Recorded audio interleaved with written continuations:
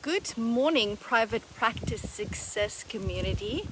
Gerda here, clinical psychologist, and your private practice success business coach and mentor. And here comes another car. Way too many cars this morning. A humongous ute. And welcome to a late Saturday morning walk / run. Hey Ashley, how are you? Look where I am. You know this place by now. So I started the morning in a very calm manner, as you should a Saturday. Ashley, that reminds me, have you sent me a Voxer about getting together this weekend? Because I can't remember seeing anything. Let me know. Because I had a late start, had some coffee in bed with my husband chatting. He stayed in bed because he's got a really bad eye infection. He had a cornea and retina transplant, and there's some complications there. And my two boys each had a bad cough, so they stayed in bed playing some games on the iPad, cleaned the kitchen, did the laundry, and then I thought, nope, I'm coming for a walk / run. I did do a lot of running actually. And then I decided I'm going to interrupt my Adam Lambert party that I was having here in my head on my run and have a bit of a chat with you guys. Because as I was walking and running through the estate, there were so many cars coming by. And I found myself going, what's up? Why is there so many cars? And then of course it is school holidays, right? And this estate where we live, half the residents are permanent residents and the other half are holiday houses. So there's a lot of people that come here to holiday. And of course it's holidays. And even in the week, my husband and I was whining to one another about how busy it is, right? And I looked at him and said, yeah, we've now turned into real locals complaining about traffic when you can't even call this traffic. But like on this road in the state, I'm like used to getting one, maximum two cars. Look, two has just gone by in less than 20 seconds. So normally on my whole walk, there would be two cars. And one of them will probably be somebody that works in here, one of the maintenance guys. And now it's like 10 cars on one walk. That's like 10 times almost the amount of traffic. And then I decided, Gerda, you can either be a whiny old fart or you can remind yourself that you need to be very grateful to live in such a beautiful part of Queensland and in this amazing estate where it's really hard not to fall in love with like we did when we came here the first time. And we just said, we need to live here.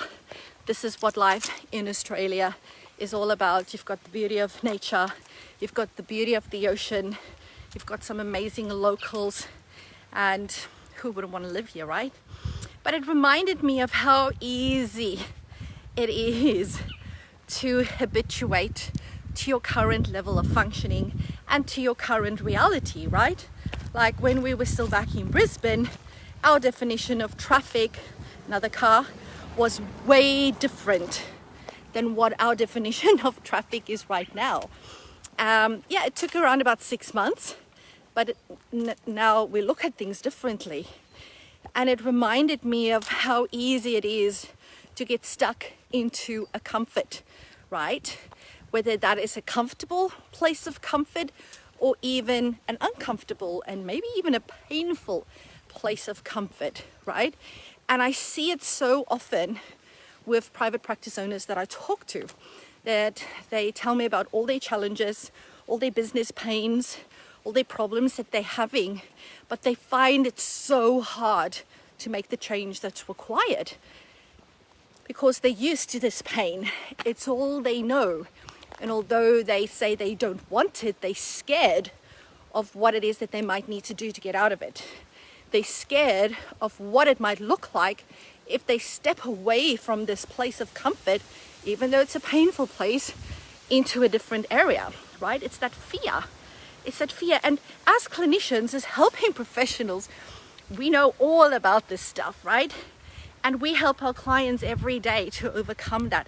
But it's so hard for ourselves. And you know, it's true, like a doctor can't treat themselves, an oncologist can't treat themselves, you know, a heart surgeon can't treat themselves. And us as helping professionals, we can't really treat ourselves. I think, yes, to some extent we can be more mindful, aware, and we should really be using our skills and our strategies.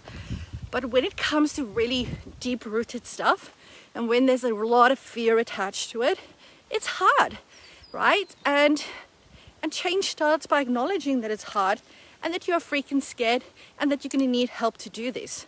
Because the one thing I can tell you is it's a choice. You can either choose to stay in a place of comfort and have the comfortable pain because you know it's going to come, you know, all these issues. Let's say cash flow issues, if that's an issue, or HR, team issues, culture issues. It's like, you know, it's going to be there, right? You're going to walk into practice Monday and it's still going to be there. It might even get worse. So it's like you've come to expect it, right? And you're scared of what it would mean if it was no longer there. That's called fear of success, actually, right? Or you're scared that it might lead to bigger problems. And then your mind gives you all these excuses of why you can't invest the time, money, but most importantly, the emotional energy in terms of doing something about it. So today, this is just a gentle reminder to ask yourself whether you are currently in a place of comfort within your practice, within your business, and maybe rate yourself in terms of how uncomfortable is this, and ask yourself, if it's a painful discomfort, how long are you willing to tolerate this? How long are you willing to tolerate it? Yes, you might be in this pain and you know every little piece of pain. You know what it is. You know it by heart. So you've come to know it. Doesn't mean it needs to stick around forever, right? And ask yourself, what is it going to take for you to let go of that and say, I'm ready to explore something new, a different level of comfort, which is going to be scary, but I can tell you it's so worth it. Alrighty, that's all I wanted to share with you today. This is me on my morning walk. I have about another 15 minutes. If I run, I can do it probably in 5 to get to my house. So have an amazing day and get out there today. Move your body. Let your eyes see something that it needs to see. For me, it's the greenery of nature, the blue of the ocean. I want to breathe in the fresh air. And when I get back home now, I will probably be greeted by 2 hungry boys that wants to eat. They always want to eat.